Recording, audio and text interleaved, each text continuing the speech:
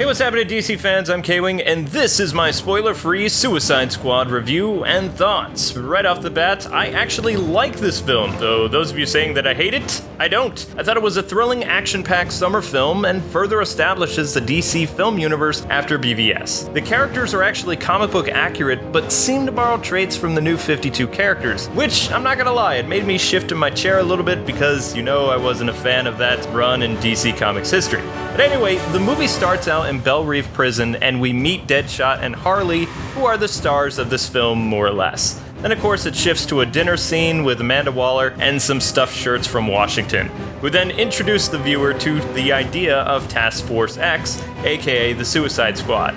So with Superman gone now, which, not really gonna talk about that, but the US government needs somebody to step in and, you know, basically have bad guys do good things now, and be their go-to metahuman group or whatever. Then goes through basically a series of quick flashbacks to establish the characters in this film, which I think was handled okay, more or less. Sometimes it felt a little jarring for me, but it was similar to Guardians of the Galaxy. It needed to be done.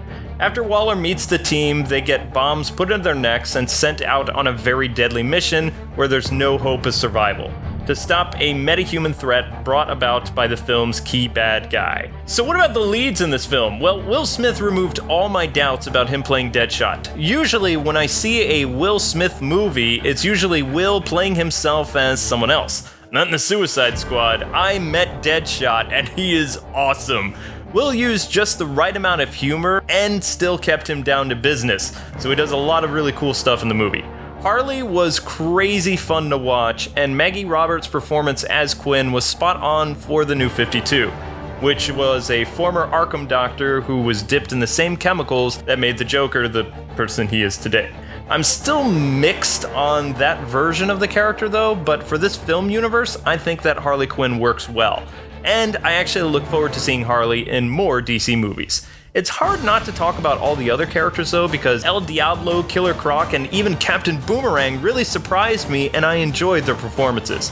I wasn't expecting this film to have an emotional connection for me either, but true to most DC films of late, this story has a lot of heart to it.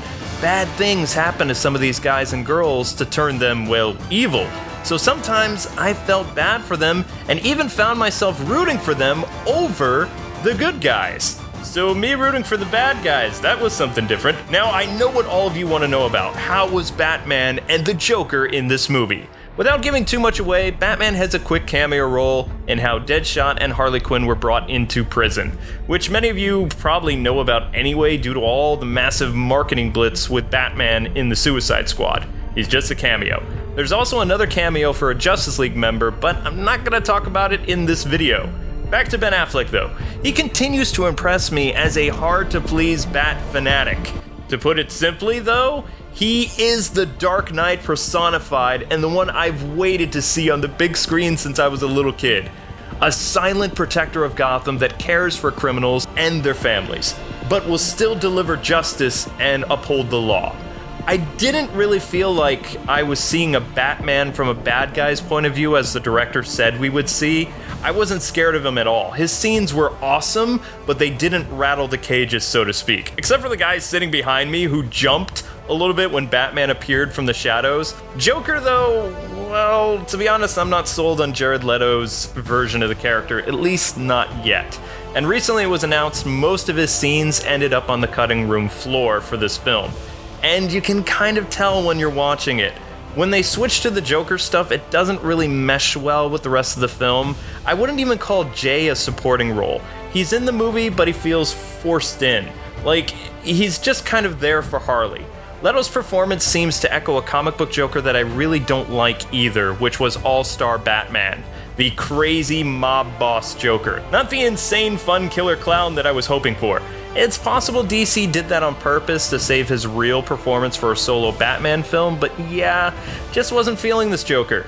As for the supporting characters, Katana was a breakaway favorite for me. She has some really cool fighting scenes, speaks only in Japanese, and her sword steals souls.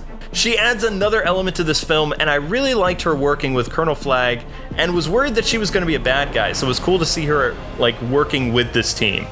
Now, Colonel Flag, he more or less felt like Duke from G.I. Joe for me, so if that's what they were going for, cool, I guess. Still, I'm really hopeful that DC will use more of Katana in either a solo Batman movie, or maybe Justice League Dark, perhaps?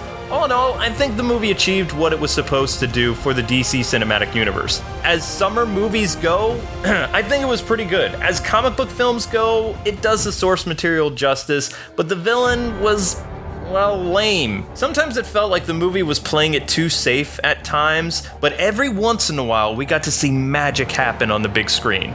Now, while Batman and Superman was kind of like an exciting, epic drama, Suicide Squad is the opposite as a fun, dark adventure film, and I would see it again if I'm, being 100% honest.